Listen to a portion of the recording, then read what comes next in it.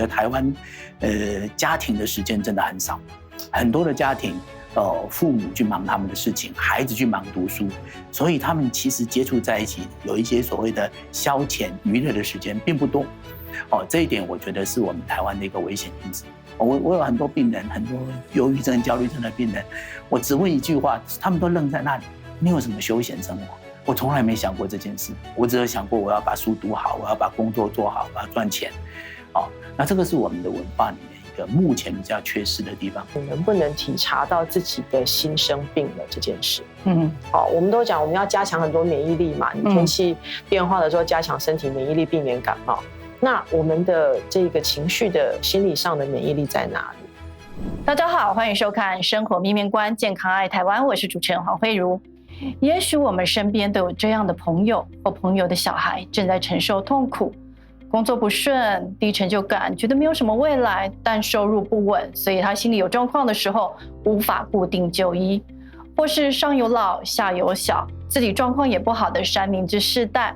他也要和失眠或身心的问题去搏斗，却没有时间精力去就医。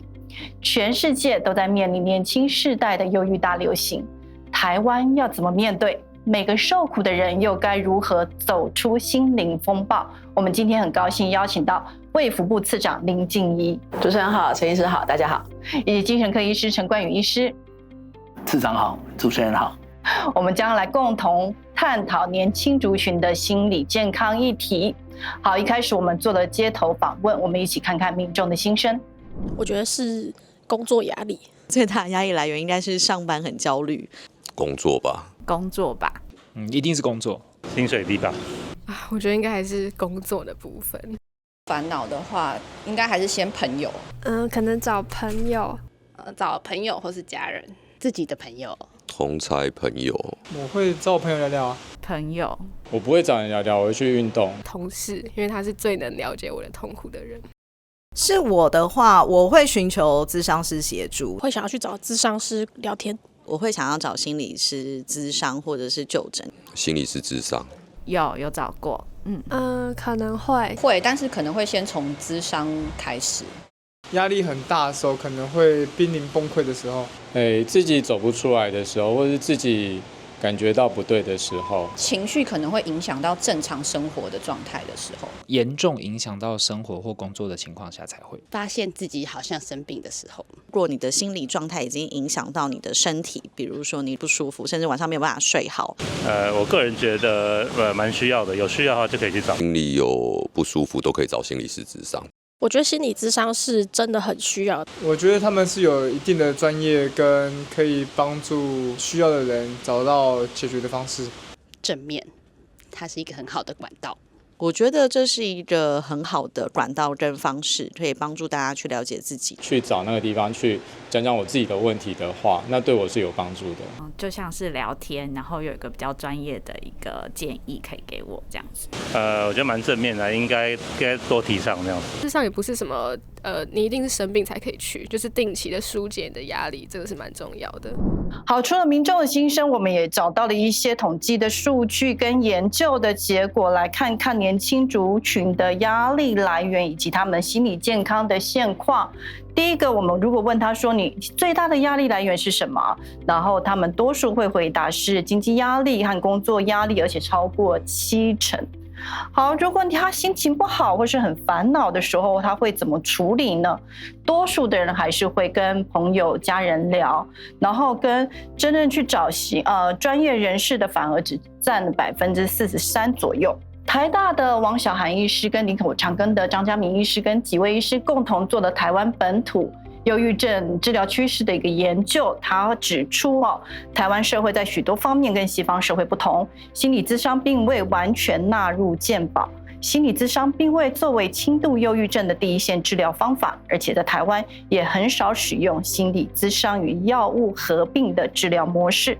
所以如果你去问年轻人他们为什么不去寻找心理资源，第一大的问题是费用考量，第二个是不知道哪个方式适合我，第三个是担心他人对我有异样的眼光。然而，我们也看到了青壮世代的相关数据，就是他们的常见的精神疾患的盛行率在各年龄层是最高的，平均每4个人就有1个人。但是好消息是，就医趋势是有增加，看到这个数据是增加的，是对年轻族群而言是一个好消息。好，从一开始问街访的结果，或是这些统计，或者是这些研究，可不可以先请2位做一点简单的回应？我很高兴看到，就是说有蛮多年轻人开始有这个意识。那我在临床上也常常碰到很多年轻人自己主动。我有很多病人，很多忧郁症、焦虑症的病人，我只问一句话，他们都愣在那里：你有什么休闲生活？他就愣住了。因为我从来没想过这件事，我只有想过我要把书读好，我要把工作做好，我要赚钱。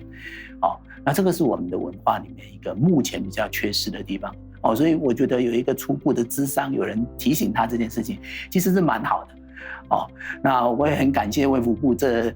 2年来推动这样的一个计划，让越来越多的年轻人，我常常说这叫试吃啦。我们台湾很多人会有不同的投资，但是我个人最想强调的就是对心理健康的投资是一个很值得、很划算，特别是年轻的时候就注意去投资在这件事情上面，让自己的心理健康、心理的韧性增加。我觉得这是一辈子有用的一个投资。你能不能体察到自己的心生病了这件事？我们都讲我们要加强很多免疫力嘛，你天气变化的时候加强身体免疫力，避免感冒。那我们的这个情绪的心理上的免疫力在哪里？所以刚刚其实陈医师讲到家人的支持，或者是运动啊，或者是休闲，这是一个自我照顾，对自我照顾尤其是在情绪上面的一个很重要的一件事情。那第二个事情就是说，至少要能够体认或察觉到，我不太对劲。好，那至少在我们这次所提供的让大家可以先寻求一个免费的心理咨商这个过程，就是你觉得自己可能不太对劲，寻求了专业的协助之后，发现去跟自己的感受去做一个比对，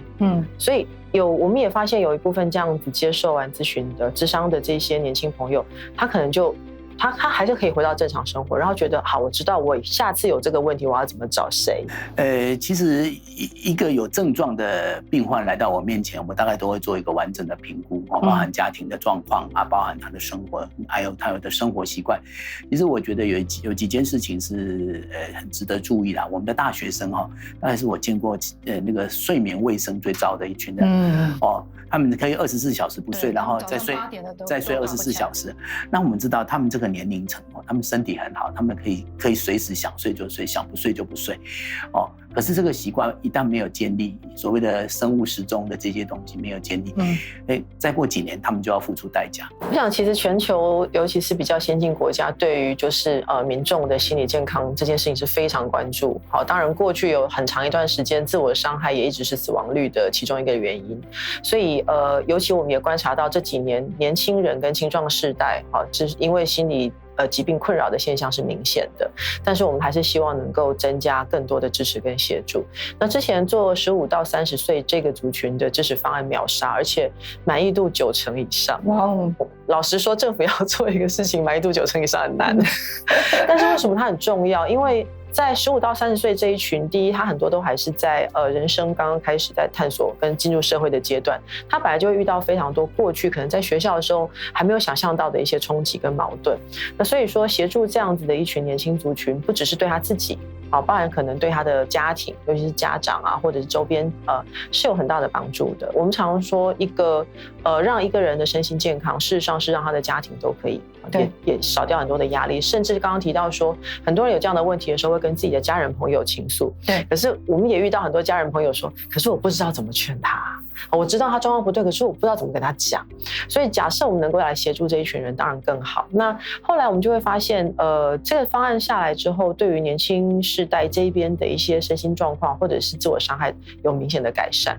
但是30到45岁这一群，他的问题又不太一样了。他通常都是有孩子了，然后上有老下有小了，或者是他在工作上面已经逐渐要更上到另外一个身份跟责任压力了。所以这一群不能被忽略。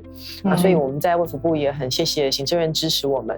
能够再把这个心理健康支持的方案从15岁到30岁，现在延伸到45岁。那因为过去在社会文化里面，女性寻求医疗这一边的这个习惯是被肯定跟支持的。我们整个社会文化是比较倾向这样子，所以比较有可能是当这个族群整个来寻求协助的状况变多的时候，男性这边的文化还没改。所以它比例上相对是比较低，好，那但是我们也非常希望，就是说男性，不要忌讳这件事情，哦，我们，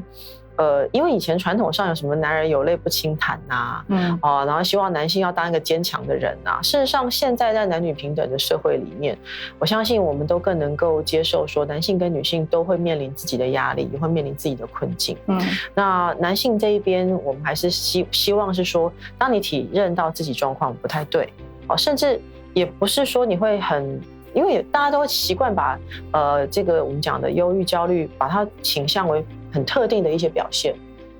哭啊，睡眠不好啊。可是其实我了解，很多男性他的情绪上面开始出现问题的时候，他可能寻求的是不健康行为。对不对？比方抽烟，比方酗酒，好，那所以像这一块，我们也希望男性能够在这个过程中体认到，当你开始有一些行为是对于自我的伤害或不健康行为的时候，可能其实你可以寻求的就是心理咨商的部分。虽然社会已经渐渐的进步但是要鼓励就医背后，可能还是要面对说异样眼光，所谓的污名化 stigma。那政策上有没有什么方式想要面对这个问题？所以为什么我们在这一次的健康支持方案里面，我们是广泛的宣导，广泛的宣传，就是告诉大家说，寻求这样子的支持跟协助是非常合理的、非常正常，而且国家支持的。如果有心理困扰，两位觉得第一步应该做什么？次长先讲好了。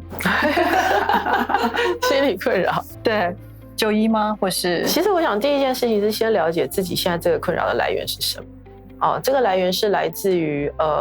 你已经知道无法解决，或者是你不敢去解决的一些现象。那这个部分其实先了解问题在哪里。如果发现是不明原因的困扰，或者是一个你真的无法承受、没有办法面对的一件事情，当然寻求专业的协助。像刚刚其实陈医师讲的，这个专业协助的过程常常是陪伴着你一步一步再把自己的问题的核心给找出来。那有的时候可以知道自己怎么面对这个压力跟怎么解决这件事情。那当然，如果这个压力跟困扰已经大到没有办法用自己的这个方式来做解决的时候，当然专业的协助就会在这个时候支撑你一把。陈医师呢？我提醒人生有2种模式这个我们在做心理治疗的时候，一个叫 being， 就是存在模式，就是我们用感官，然后我们停在那个地方，给自己一点时间，在一个地方好好思考问题，好好想一想现在发生了什么事情。所以意思是在我们每天的生活里面，可能要给自己一点时间。如果现在有一些情绪的冲击，如果走得开，你先离开那个现场，然后出去外面深呼吸，想一下现在发生什么事情。在台湾你不会孤单那不论是周边的朋友、家人，甚至国家以及很多专业人士都愿意来成为你心灵上支撑的人。所以了解自己，接受自己，那在需要觉得自己现在站不住的时候，有很多人可以支撑着你，包括政府。没有精神健康就没有健康，所以我觉得我们为了我们的精神健康做一些投资，是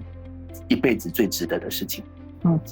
好，今天非常谢谢次长跟陈医师来跟我们上我们的节目。面对史上最无法预测的时代，勇于就医，锻炼心灵韧性，学习在变动跟挫折中打造复原力，是你我必学的功课。感谢大家收看《生活命运观》，健康爱台湾，和我们一起推动健康台湾。